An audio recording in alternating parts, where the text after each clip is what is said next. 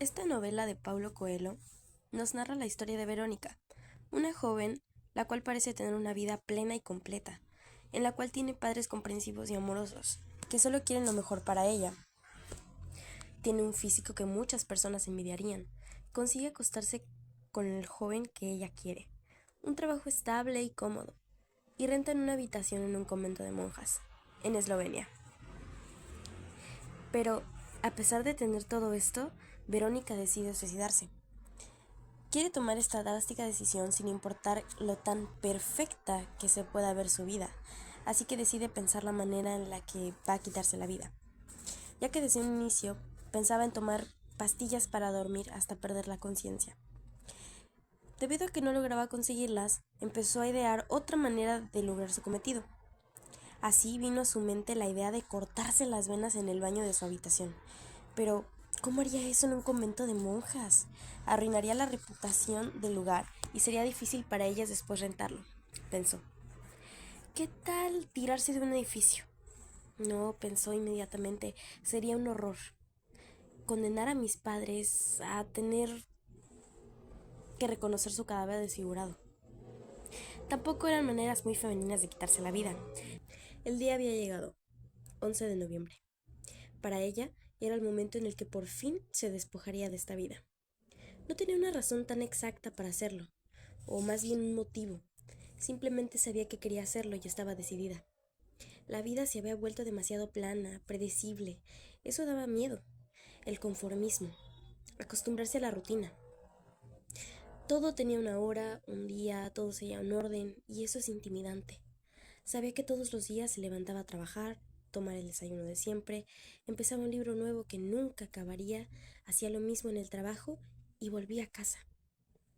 En su tiempo libre era capaz de seducir y acostarse con el hombre que quisiera. Sabía que era fácil recibir aceptación, pues era una joven guapa, linda, carismática. Pero nunca conseguía quedarse con esas personas. Eran pasajeras. Y se dio cuenta de que no era feliz. A pesar de tenerlo aparentemente todo, no estaba conforme con su vida. Al despertar se dio cuenta que no estaba en el cielo, pero no sabían dónde estaba. Luces amarillas y habían tubos por todas partes, estaba embarrada, hasta que una enfermera le dijo en dónde estaba, y se dio cuenta de que estaba en algo peor que el infierno. Estaba en Villette. Villette es conocida como una de las casas de loqueros, como se les decía, en donde las personas que cometían crímenes fingían locura o fingían demencia para evitar la cárcel, o en la que personas decidían abandonar a sus familiares cuando ya no se querían ocupar de ellos. Solo necesitabas una gran cantidad de dinero para tener un cupo allí. Al darse cuenta en donde estaba amarrada y conectada a miles de tubos, se dio cuenta de que tenía que irse de ese lugar, tenía que salir. Pero era imposible. Nadie había escapado de Villette antes. Los médicos no tardaron en decirle a Verónica que las pastillas que había tomado hicieron un daño irreversible y significativo a su corazón, por lo cual le quedaba una semana o menos de vida. Era cuestión de esperar hasta el día que llegara para que su corazón pronto dejara de funcionar.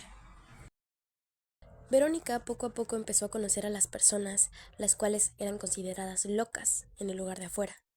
En el momento en el que pasó de ser una persona normal en el mundo afuera a ser la loca, considerada una persona que no estaba bien de sus cabales, se puso en los zapatos de las personas que eran juzgadas por sus condiciones.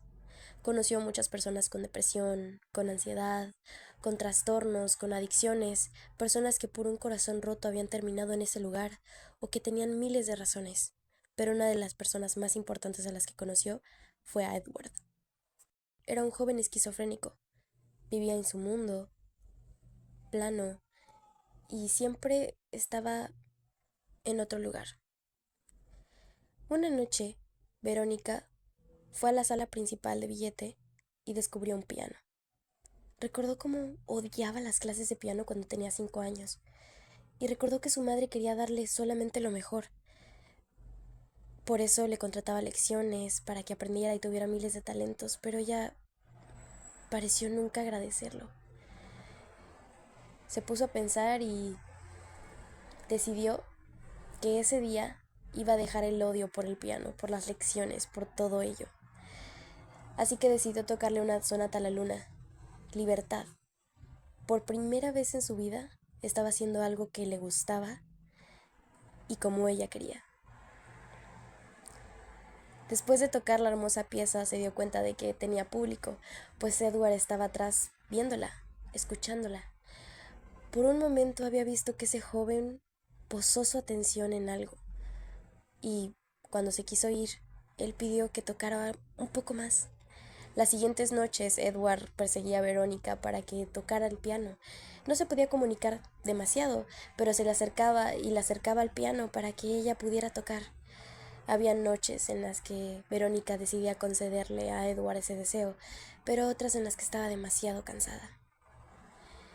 Se dio cuenta de que podía ver amor hasta en los ojos de un esquizofrénico. Y en ese momento se dio cuenta de que estaba en un lugar en el que habían personas que eran juzgadas por miles de razones y ella se convirtió en una de ellas. Verónica no quería vivir por miedo a una vida conformista, por miedo a una vida plana, una vida sin salida en la que por buscar aceptación de su madre se casaría con alguien que no le gustaba y terminaría mal. Pensaba mucho en el futuro, pero no había futuro porque no sabía qué hacer. Pensaba demasiado y por eso no quería avanzar. Tenía miedo, miedo a seguir, pero también miedo a conformarse con cualquier cosa y que después todo saliera mal y desperdiciar su vida.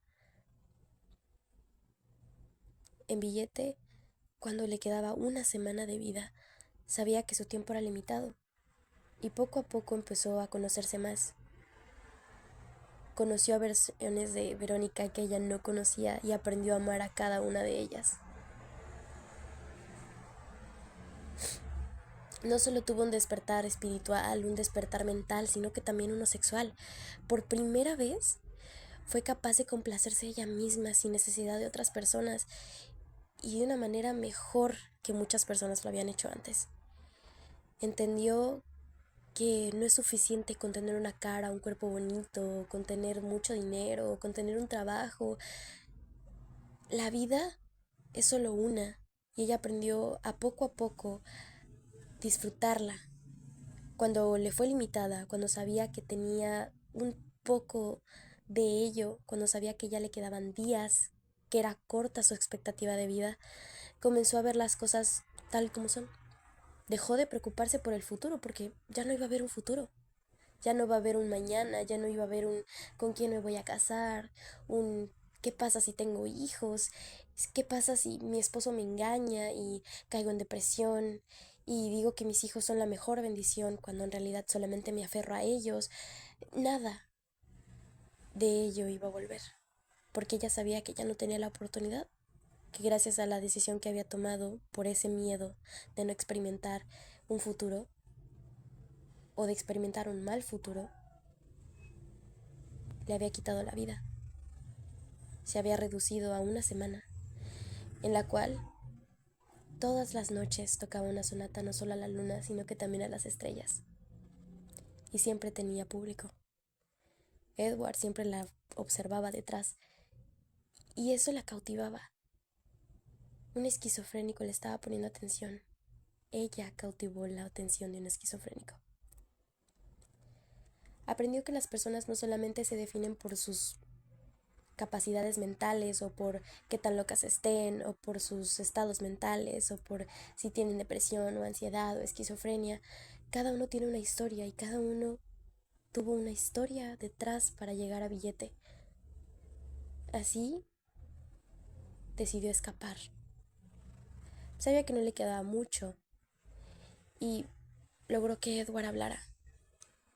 Logró desconectarlo, sacarlo del mundo fantasioso en el que estaba. Edward dijo su nombre y eso la hizo entender que necesitaba irse de allí, que tal vez no quería morir, pero dadas las circunstancias, de todas maneras iba a morir, así que decidió que no iba a morir en Billete. Y una noche, junto a Edward, decidieron escapar. Los dos, a la hora de la comida, decidieron salir en un día lluvioso y se perdieron. Al día siguiente, cuando habían caminado, cuando habían explorado, cuando habían pasado un genial día y una genial noche, Edward despertó al lado de Verónica, quien estaba ahí postrada, inherente. Al verla, sabía que ya no estaba con vida.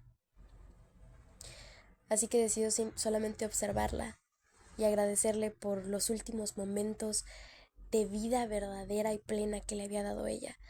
Habían sido días en los cuales ella había llegado y ella lo sacó, lo desconectó de su mundo en el que vivía. Pero resulta que Verónica no estaba muerta. Despertó, pero se supone que ya había pasado una semana y ya debía de haber dejado de funcionar su corazón.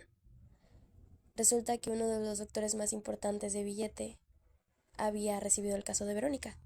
Solamente necesitó un lavado de estómago.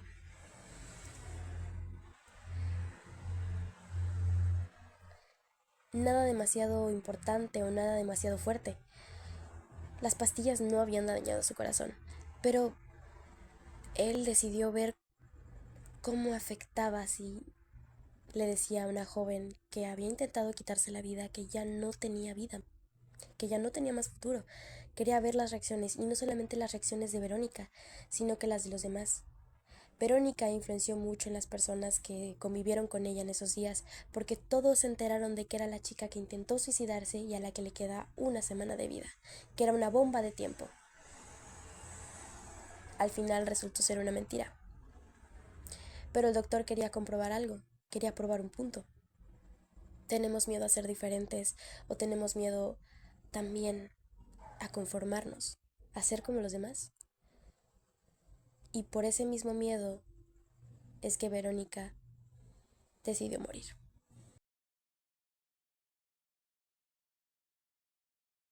Coelho es uno de mis autores favoritos, pero definitivamente escogí esta obra porque encima de todas, la mayoría que escribió tiene bastantes que están inspiradas en una experiencia personal que él tuvo.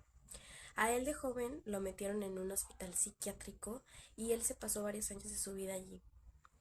Él decidió escribir varias experiencias y también reflejar a varias personas que había conocido a lo largo de su experiencia ahí, en el hospital psiquiátrico, y plasmarlos en sus libros. Pero decidió prometer que no iba a publicar ninguno de esos libros hasta que sus dos padres, que eran los que lo habían puesto en este hospital psiquiátrico, murieran.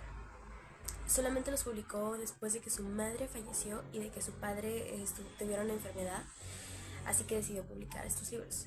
Verónica decide morir tiene un impacto para mí porque es un libro que nos da mucho a la reflexión. Bastantes cosas y algo en lo que hace mucho hincapié es sobre todo en el conformismo. La razón por la que Verónica parece tener una vida perfecta, una vida con todas las cosas, todas las comodidades, o una persona linda, con una familia aceptable, todas estas cosas, ¿por qué decide suicidarse?